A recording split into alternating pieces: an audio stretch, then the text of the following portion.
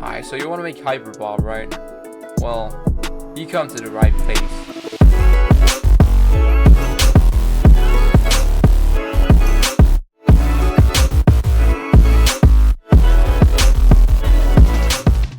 First of all, get any sample packs you can find on the internet and we're good to go. I started with a loop that I got from Looperman, and here's how it sounds.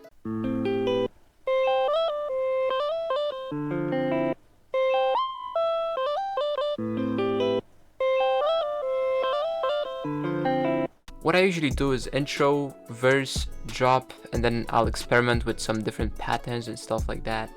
Now let's start with the intro. You want to grab people's attention by adding interesting sounds like our boy Gandalf here. Yes, it's just another path. For the verse, I would introduce a simple drum pattern that prepares you for the job.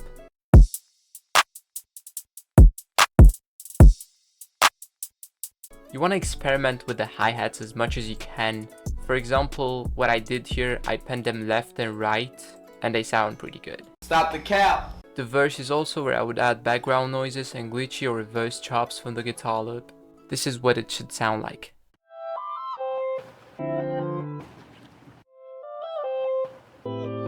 I made this 808 using Serum, but you can use the ones from your sample packs. Or if you want to just use mine, then here you go. I also made this cool sound by pitching the 808 up and playing around with some effects.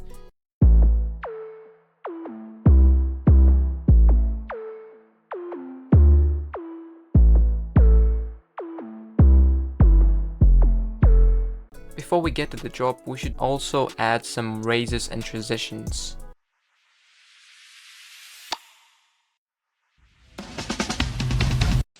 Hello guys, it's Jovan, and you know what time it is? These nuts! I'm not gonna spoil the fun. For the job, I made a high-pitched copy of the guitar and layered it with some synths to fill up the empty spaces. I also added a gross beat on top of that and created an automation clip that would automate the mix level to 100 so that it only plays when I want it to. I put a bit crash on the guitar as well. After playing around with some VSTs, I got this.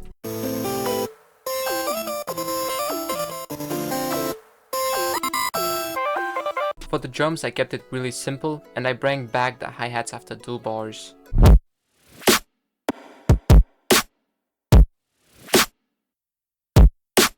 Now for the bass, you want to go as hard as you can.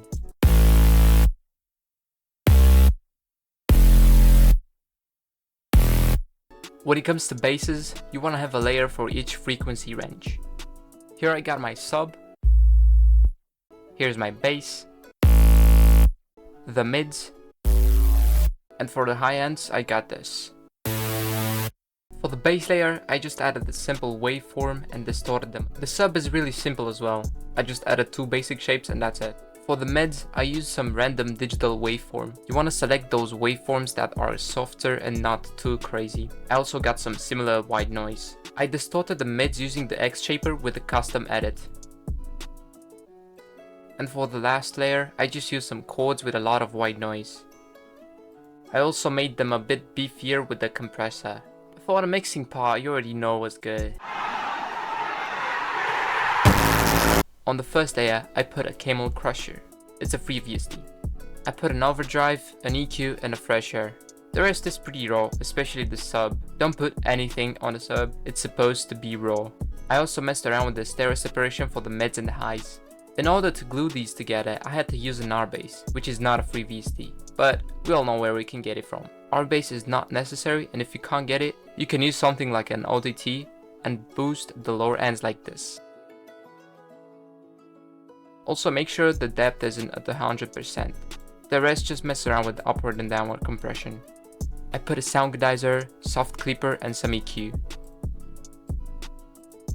This is about everything you need to know in order to create a hyperpop song, but these are not rules. Don't be afraid to experiment with stuff and reflect back on what you created. I know you've been all waiting for this, so this is what I made. Didn't think it would end this way. And